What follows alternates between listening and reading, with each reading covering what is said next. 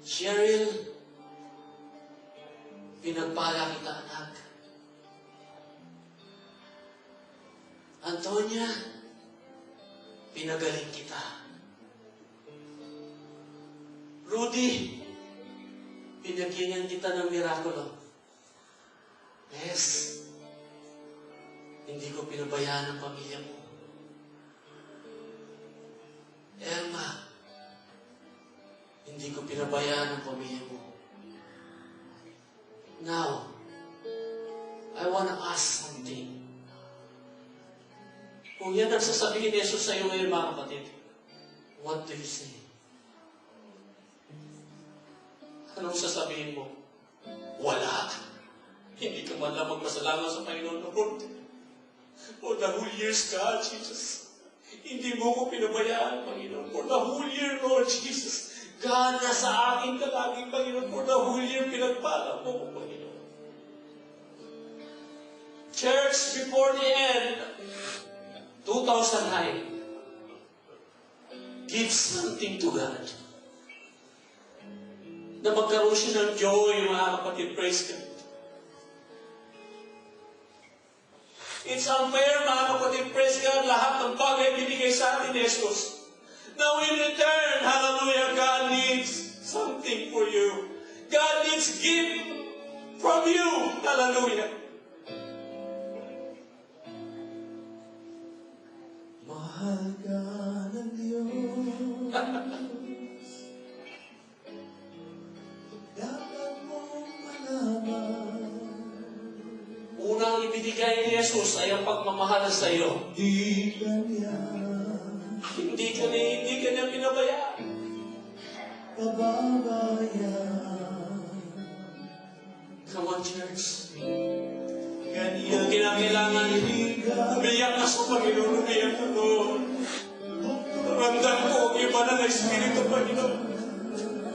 Salamat sa iyo mga salita na siya nagpapaalala sa amin, Panginoon. God, hallelujah, hindi mo kami pinabayaan, Panginoon. ay may buhay na. Kung magsasalita ang Panginoon, I will never leave you. Hallelujah, to the end of this world, I'll be with you always.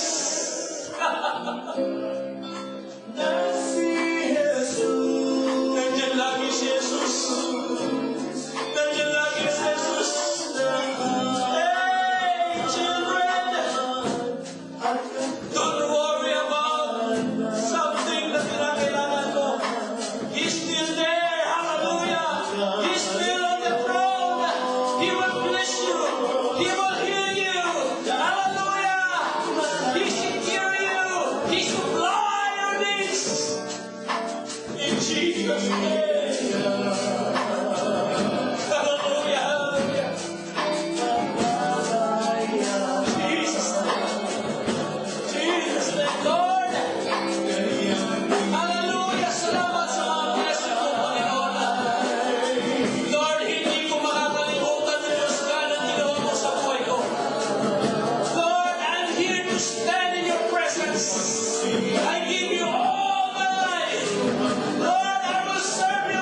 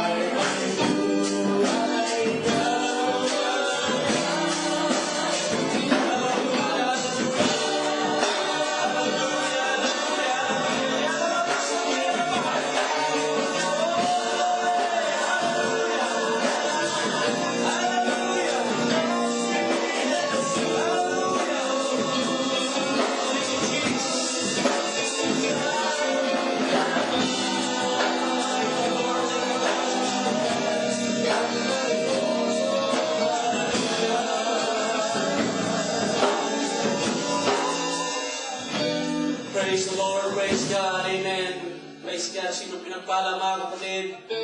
Amen. Sino pinalakas ng Panginoon? Hallelujah. Praise God. Hallelujah. Lalabas tayo ng iglesia dito mga kapatid. Punong-puno tayo ng pagpapala ng Diyos.